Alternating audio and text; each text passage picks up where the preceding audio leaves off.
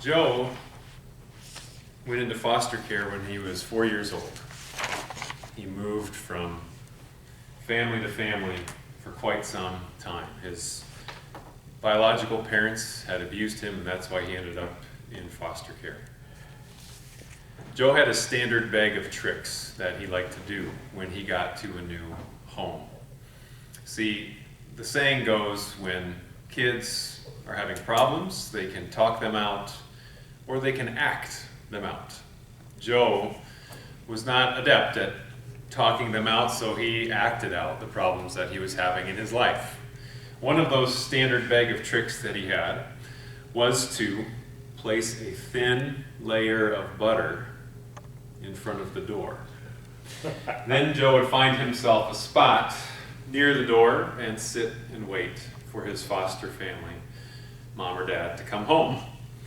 Inevitably, they would come home and be saying hello as they walked through the door, and their feet would slip like they were walking on ice, and they'd land painfully and embarrassingly on their backside because of that buttery floor. And Joe would give himself extra points if they were holding grocery bags with eggs or something like that.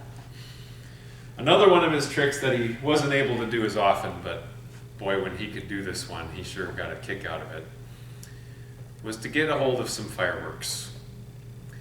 And one Sunday afternoon at a particular foster family's home, his foster dad fell asleep, and Joe wrapped a rope around one end of the fireworks, made a little noose-like thing on the other end, went to his foster dad's foot and gently and quietly slipped that little ring of rope over his ankle, lit the fireworks up, and the foster dad heard it like gunfire in the house, ran out of his chair, and he's got it on his leg like this, and he's looking around thinking that he's trying to get away from gunfire, but he's got it on his leg, and well, it was a mess. Needless to say, Joe didn't last in that house much longer either.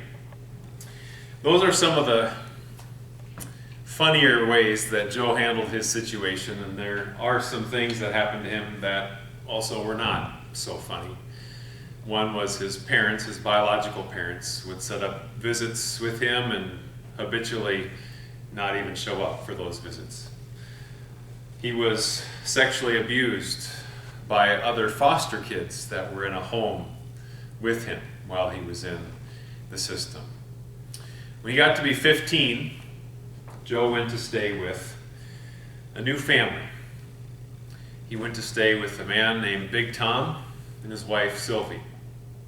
As Joe was being taken to this home by the foster care worker, he was eyeing it up as he got the usual speech from her, no fireworks, and I know all these things that you like to do and they're fun, but please, other people don't enjoy these as much as you enjoy them.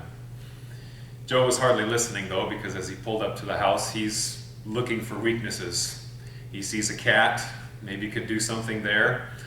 Sees that Big Tom is a pretty big man, maybe could use that for some fodder and some insults that he could give to him. And Joe's not really listening as he pulls up. He goes up to the front steps, and Big Tom extends his hand to Joe and says, "Hey Joe, I'm Big Tom.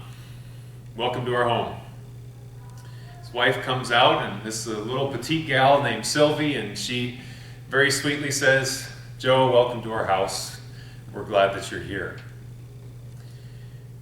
Joe says, "Well, I'm not really glad to be here." And in his mind, he's thinking, Big Tom, well, the bigger they are, the harder they fall.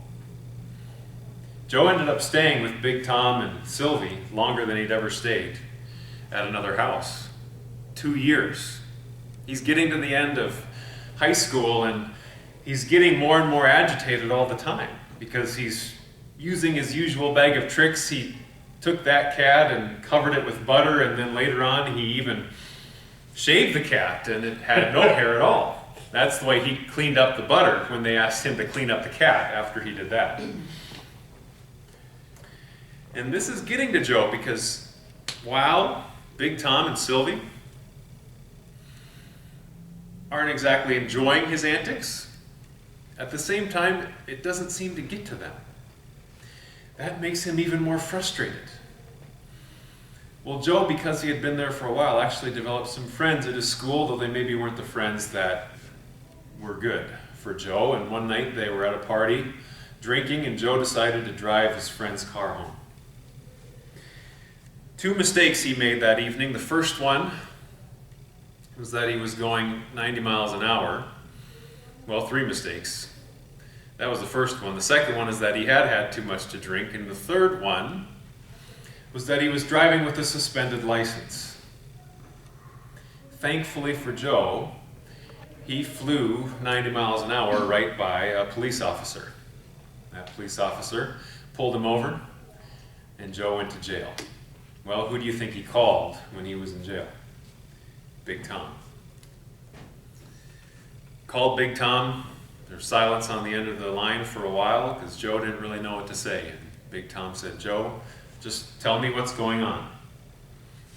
Joe said, "Well, I'm in jail and I need you to come bail me out."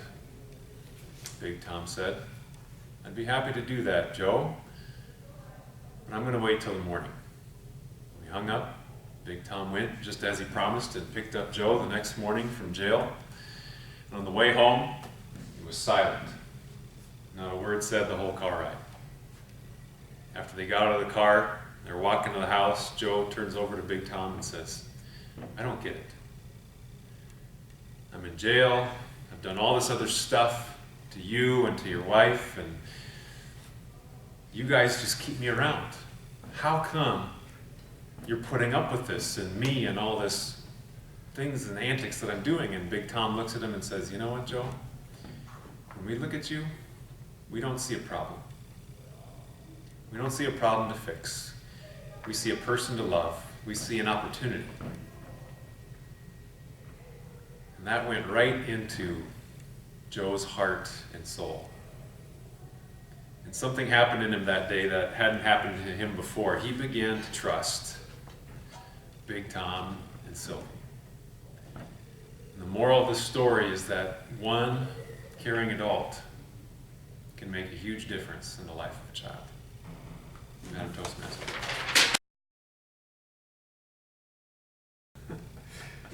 You chose a story that was going to immediately grab our attention. You gave us some very vivid characters. You gave us a good situation. You gave us conflict.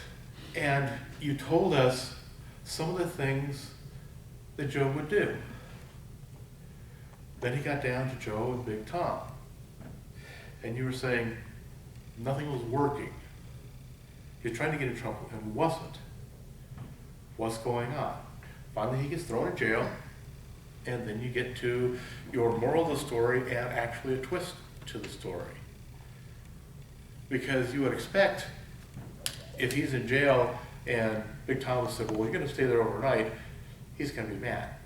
That was the expectation, is this is going to be what's actually going to put him over the edge. And it didn't. Very good job telling that story and giving us that twist. You had all the elements of the good story, the plot, the setting, characters, the action. You used vocal variety. What I would like to see is a little more, especially when Joe's getting frustrated. I mean, right at the very end, you kind of got a little bit more irritated as Joe, but when he's getting frustrated, nothing was working. He put butter on the cat, and that didn't work. He shaved the cat, and that didn't work. Okay, so just getting a little more, I noticed I just came just slightly towards the audience. I'm getting mad, I'm getting irritated because none of my tricks are working. That's something that you can work on that. Let's see. The story was presented very plainly, very simply. You gave us enough detail, but not too much detail.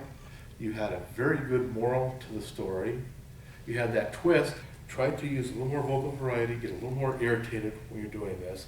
Great job, and I look forward to hearing more stories.